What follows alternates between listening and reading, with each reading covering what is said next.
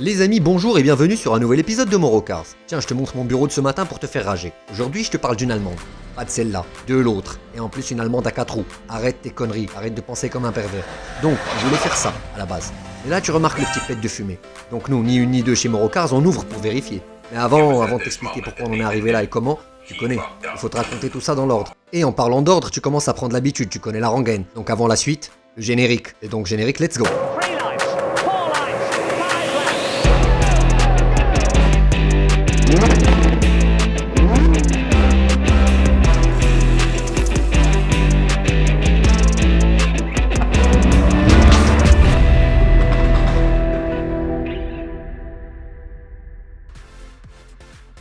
Donc, si t'es pas sur cette chaîne par hasard, que t'es un peu fan de mécanique et que t'as vu l'intro, ça veut dire que t'as compris qu'on devait changer un putain de joint de culasse. Pour ce faire, il va falloir démonter. Et d'ailleurs, tu vas voir les phases. Parce qu'il faut que je t'explique comment il faut faire, tu vas pas t'y prendre à l'arrache. Déjà, tu lèves le cache-culasse. Et que tu te rends compte que le moteur est un peu verni, donc déjà là, il va falloir nettoyer. Tu ouvres, et bien sûr, tu détaches ta chaîne de distribution. Hein, pour être sûr et certain de pouvoir détacher ta culasse, tu vas pas le faire comme un blaireau à coups de marteau. Je sais ce que tu vas me dire, le moteur a l'air verni, c'est normal, il est resté à l'arrêt avec une huile merdique. Mais t'occupe pas de ça, l'essentiel c'est ce qui va suivre.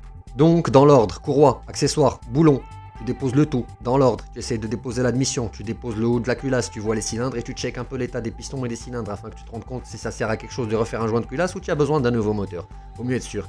Là, tu vois bien ce qu'on est en train de faire, on est en train de nettoyer les accumulations qu'il y a à l'intérieur des galeries d'eau destinées à refroidir les chambres. Ça, c'est essentiel. Si tu le fais pas, ça servira à rien. Tu seras obligé de remettre un deuxième rinçage et de changer encore le liquide de refroidissement. Donc, je te conseille de suivre les procédures et d'être un minimum un chouïa, comme qui dirait procédurier, avec un peu de respect pour les normes et ce qui a été préconisé par les constructeurs. Après, si tu as un niveau supérieur à ces 10 ingénieurs, tu fais ce que tu veux, c'est toi qui décides.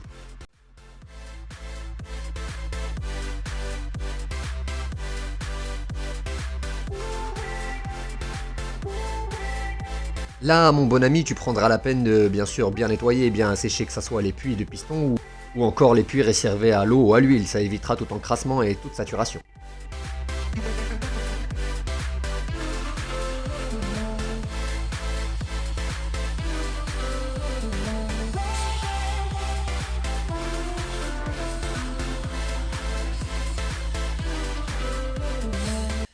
Ici, bien évidemment, il va falloir veiller à nettoyer les galeries afin de pouvoir les débarrasser de toute l'accumulation de poussière et de saleté qui se sont accumulées à travers les années, pour enfin repartir d'une base propre et d'une base fraîche.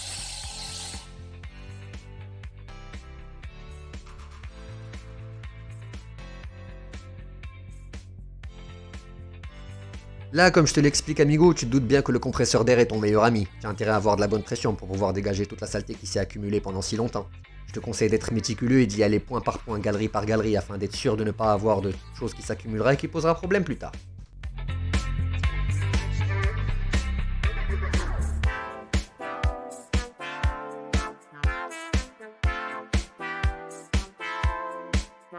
Là, tu vois, on attaque le joint de culasse, mais avant le joint de culasse, il va falloir préparer plein de choses avant. Là, tu le poses pour vérifier si c'est le bon. Ça, tu t'es pas trompé, mais il va falloir la nettoyer, ta culasse. Et tu pourras admirer dans les images qui suivent mon collègue en train de faire un nettoyage en profondeur de la culasse et tous les orifices qui y sont rattachés, afin de pouvoir éviter d'avoir quoi que ce soit qui puisse traîner entre une soupape et son siège, qui puisse causer des dégâts irréversibles à ce moteur. Donc, comme je te disais, nettoyons en dégraissant, bien pointilleux, bien soigné. Tu prendras tout le temps qu'il faut et tu utiliseras différents produits, afin d'être sûr et certain que le résultat que tu veux est le résultat escompté.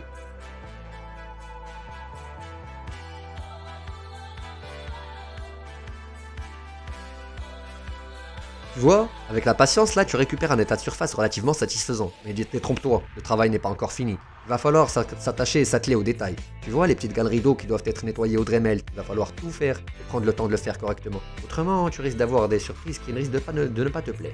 Là déjà, tu vois la culasse qui a changé un peu de couleur vu qu'elle a été bien nettoyée et qu'elle s'apprête à rejoindre son emplacement correctement. Bien sûr, tu époussetteras toute la culasse en essayant d'enlever les moindres traces d'eau. Je te rappelle, principe de physique et de chimie de base, l'eau est incompressible. Donc si tu la mets sous pression, c'est la pièce en métal qui va péter. Tu as intérêt à bien nettoyer et utiliser surtout, des dégraissants et utiliser surtout des alcools qui vont permettre de dissiper toute l'eau et tous les résidus qui restent. Autrement, tu le payeras très cher.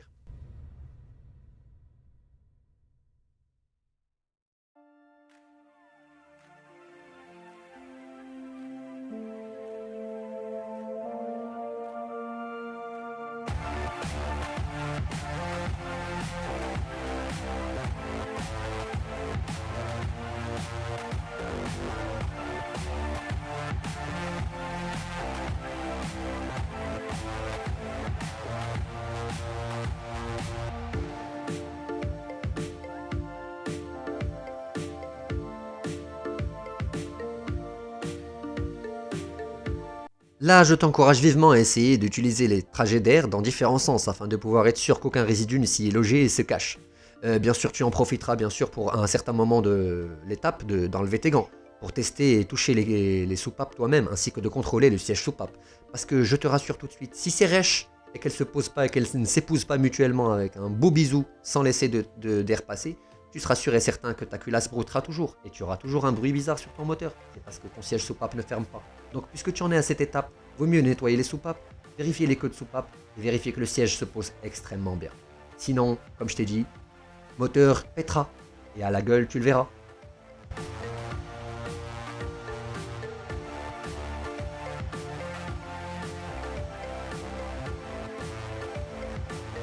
Je sais ce que tu vas me dire, la culasse a l'air un peu fatiguée. Oui, c'est normal, c'est des vieux moteurs pardon, et des vieux matériaux. Mais elle est pas si bouffée que ça, t'inquiète pas, les petits détails, c'est rien du tout. Donc, la compression est bonne, la fermeture au niveau des fermetures des pistons est bonne, il n'y a pas de souci. L'important, c'est qu'elle soit pas endommagée, qu'elle ne soit pas fêlée ou qu'elle ne soit pas tordue. Et ça, t'inquiète pas, on l'a vérifié. On a même pris la peine de la vérifier à la pression pour être sûr et certain que tout est bon. Une fois que ça c'est fait, comme je te le disais, on revient à nos fameux sièges soupapes. Tu vois, si c'est pas parfaitement droit, si c'est pas parfaitement clair, clean, et que ça commence à devenir rêche sur certaines positions, dis-toi bien que ça va finir par poser des problèmes dans quelques kilomètres. Je te conseille vivement de régler ça tout de suite. Une fois que ça c'est fait, tu vas t'apprêter à poser ton joint de culasse, mais avant ça, il faut utiliser un produit spécifique afin d'avoir une bonne adhérence, ce qu'on appelle communément chez les mécaniciens marocains l'hermétique. Ça vient tout simplement du mot français qui veut dire hermétique, et le produit ne s'appelle pas l'hermétique, il s'appelle le shellac. Le shellac est une colle spatiale qui permet de faire adhérer des surfaces différentes, de types différents, de matériaux différents entre elles. C'est-à-dire, on va essayer de passer le joint de culasse sur les deux faces, et ainsi que la face inférieure de la culasse et la face supérieure du bloc moteur, pour qu'il y ait une adhésion parfaite et qu'il n'y ait pas de distribution d'air qui puisse passer entre les deux. Là, tu vois que même les boulons seront nettoyés. Je sais ce que tu vas me dire, il faut utiliser de nouveaux boulons. Déjà, on n'a pas le temps. De 2, c'est un vieux moteur. De 3, on cherche pas à tirer 1500 chevaux de ce moteur, donc on va utiliser les vieux boulons. Et franchement, je te demande pas ton avis. Non, c'est une question de commodité. Donc, je vous disais, les boulons, par contre, là, ici, il va falloir savoir les poser à leur emplacement, choisir l'emplacement et être sûr et certain que c'est le bon.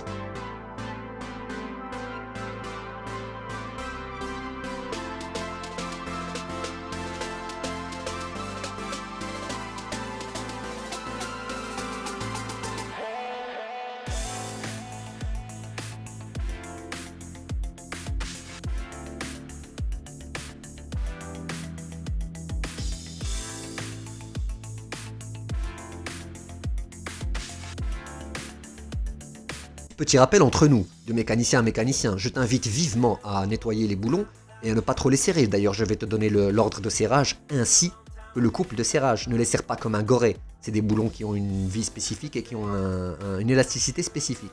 Donc tu partiras sur 70 Nm par boulon et une fois que tu auras fait le schéma en étoile que je vais te montrer en description, tu repasseras ce même schéma en rajoutant 90 degrés à chaque fois. Donc 90 degrés par boulon. Donc ça ferait 70 newtons, puis 90 degrés, puis 90 degrés. Si tu les dépasses, tu es sûr et certain que ton boulon, tu vas l'entendre. Et si tu l'entends, c'est tout ton moteur qui sera acheté parce que ta culasse, tu n'arriveras pas à sortir. C'est des boulons BTR de 14. Je peux t'assurer que ça va chier. Voilà. Donc passons. Maintenant, ce que tu vois que mon collègue est en train de faire, on est en train de huiler le haut des cylindres. Oui, je sais, tu vas avoir de la fumée au démarrage. C'est normal parce que tu peux pas le démarrer à sec. Donc automatiquement, il faut huiler le cylindre, le piston et le bas de la jupe pour être sûr que ton premier démarrage, il fera pas tout péter. Donc, il va falloir prendre le soin de caresser tout doucement avec de l'huile et mettre l'huile dans le bon orifice. Bien sûr, entre-temps, tu te prendras la peine de tenir la chaîne de transmission et la chaîne accessoire de tes mains. En attendant que ton collègue fasse tourner le moteur dans le sens des aiguilles d'une montre et non pas contrarotatif si tu tiens à la santé de ce dit moteur. Le faire tourner afin que tous les cylindres montent et descendent et puissent être lubrifiés pour la phase de pré-démarrage. Bien sûr, tu veilleras à faire un nettoyage en profondeur s'il reste la moindre pétouille qui se balade entre le piston, la culasse et les soupapes, je peux t'assurer que ça va chier. D'ailleurs, je te laisse admirer quelques images en musique afin que tu aies l'ampleur de la tâche à accomplir, le temps que ça prend et la patience qu'il faut avoir pour le faire. Bien sûr, je te conseille vivement d'être amoureux d'automobile et amoureux de mécanique, sinon t'as rien à faire ici, encore moins sur cette chaîne.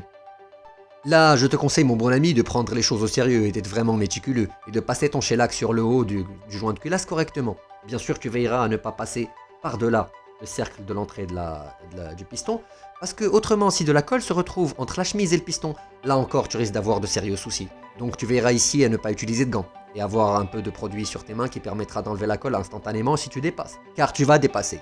ne te prends pas pour Salvador Dali, tu n'as pas le trait à main levé d'un grand peintre. Donc, protège-toi et protège ton moteur si tu tiens à le garder une fois que tu auras changé ton joint de culasse. Enfin, je dis ça, je dis rien, tu fais comme tu veux. Je prends la peine de te rappeler modestement que s'il y a un espace que tu laisses qui n'a pas été couvert avec ta colle soi-disant hermétisante, je peux t'assurer que tu vas avoir un souci et tu seras obligé de refaire. Dis-toi bien que cette colle, une fois qu'elle colle, elle colle sec. Donc tu as intérêt à tout bien faire dès le début, ce serait bête d'être obligé d'y revenir. Oui, c'est long. Oui, c'est chiant. Mais tu n'y dérogeras pas, mon bon ami. De toute façon, c'est ça ou tu connais. Voilà, une fois fait, tu pourras tranquillement reposer ta culasse. Mais te presse pas trop non plus parce que tu as des étapes entre. Hein, faut pas trop aller vite en besogne. Là, ta culasse est posée, mais tu dois faire autre chose entre temps. C'est là que j'en profite pour t'expliquer qu'une fois que tu as démonté ta culasse, c'était pour un problème à la base d'eau. Donc automatiquement, la source du problème, c'est le radiateur et toute la merde qu'il y avait dedans. Donc tu en profiteras pour lui faire un bon nettoyage, en bonne et due forme, en utilisant des produits de rinçage, et en essayant de faire circuler à l'intérieur des petits galets en métal afin de pouvoir enlever toute la rouille de surface qui est à l'intérieur. Bien sûr, tu prendras la peine de contrôler la vitesse de diffusion des flux, ainsi que le flux dynamique du dit radiateur, car si tu as un trop petit radiateur pour un trop gros moteur, ton moteur tu brûleras mon bon ami, et ta culasse tu exploseras, et ce sera beaucoup moins jovial. Donc tant qu'à faire, tant que c'est ouvert, vaut mieux tout faire, hein, on est d'accord. Ce serait bête d'avoir laissé quelque chose passer entre les mailles du filet pour se retrouver à la fin dans ce dit filet. Je t'encourage vivement à faire les choses de manière pointilleuse et sérieuse. Aussi, vu que ton moteur était en train de brouter, tu te doutes bien qu'il va falloir vérifier ton admission, là, le carburateur double corps, duquel nous ne sommes pas très satisfaits, d'ailleurs nous passerons sur un quad corps, mais ça je t'en parlerai dans un autre épisode. Entre temps, faudra bien le nettoyer, vérifier les bus, vérifier les injecteurs, vérifier les soupapes de décompression, et enfin, le pas et le plan de joint qui va relier ta pièce que tu as fait sur mesure pour relier ton carburateur des années, je ne sais pas, de 70 à moins, bien sûr, ton collecteur d'admission qui lui est de la même époque mais qui n'était pas fait pour ce petit carburateur. Du moins pas pour celui-là précisément, vu qu'il y avait un système différent, un système dont je vous avais parlé dans d'autres vidéos. Bon, tout ça étant dit, je vous laisse vous douter que bien sûr il va falloir tout nettoyer et avoir un plan parfaitement propre. Pour ce faire, il va falloir y aller avec différents outils et différents matériaux et différents produits. Tu prendras le temps de faire ça avec patience, tu auras une petite brosse, tu auras une paire de ciseaux que tu n'utilises plus, tu auras une belle clé Torx, et bien sûr tu utiliseras du dégrippant du WD-40, ce qu'on appelle du nettoyant frein plus communément.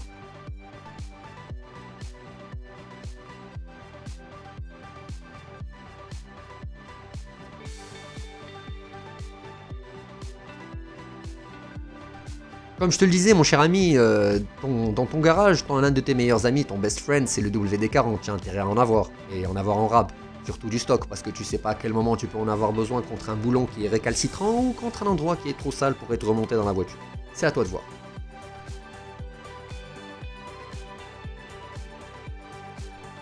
Comme je te le disais, ne te prends pas pour Pablo Picasso, là tu es là pour nettoyer. Tu prendras la peine de vérifier la compression et l'étanchéité du dit collecteur d'admission. Ce serait bête de l'avoir nettoyé alors qu'il est en train de fuir ou qu'il est fracturé d'un endroit quelconque que tu n'aurais pas vu. Bien sûr, c'est toujours préjudiciable et préjudiciel pour le véhicule une fois monté.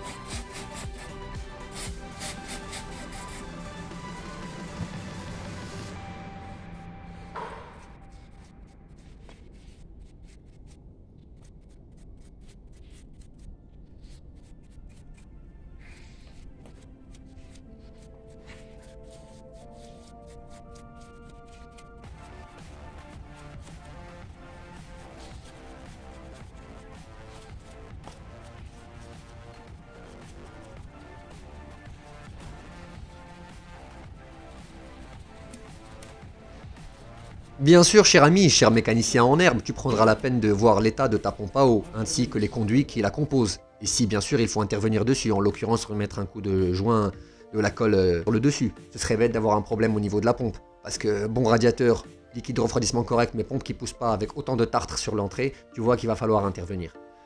Courroie neuve, tu utiliseras mon cher ami, afin que tes accessoires tournent correctement et qu'ils puissent avoir suffisamment de jus. Et là, tu vois le fameux joint de culasse dans quel état il était, tu vois qu'il a sérieusement été entamé. Mais bon, nous, notre rêve, c'était d'en finir avec ça et de faire plutôt d'autres trucs. En l'occurrence, l'intérieur, puisqu'on pensait à un intérieur comme ça. Mais là, c'est une autre histoire, ça va prendre beaucoup plus de temps. L'idée étant d'en arriver à un résultat comme ça. Mais tu sais que c'est ce qu'on veut. Donc, voilà. On en arrive à la phase où on veut faire ça. Donc, puisque le joint a été remonté, ça le fait. Mais est-ce que c'est fini? Non, c'est pas fini.